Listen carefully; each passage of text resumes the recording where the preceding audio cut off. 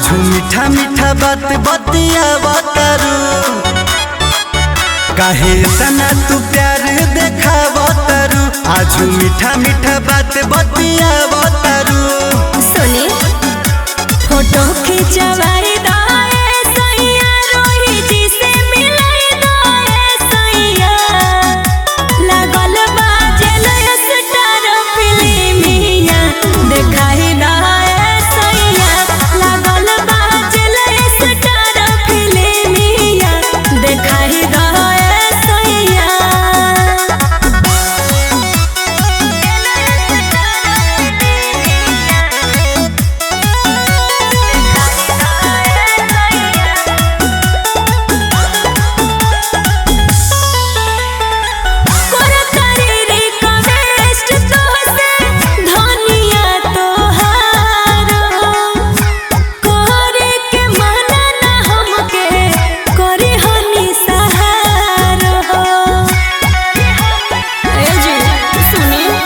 pocket बा खाली जोनी लफड़ा बढ़ाव धनी मन के मनाव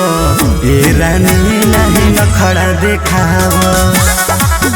इहे श्रद्धा पुराई दाए सैया संगे रील बनाई दाए सैया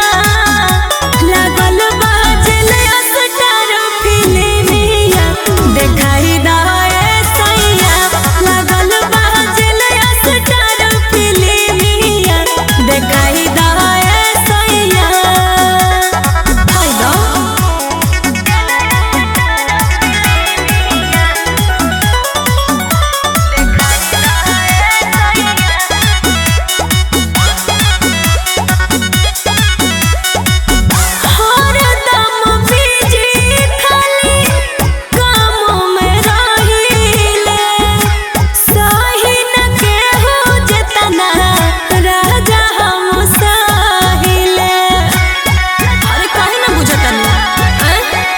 ऐसे ना मुहावा फुलाव ए धनी जा तैयार होके आव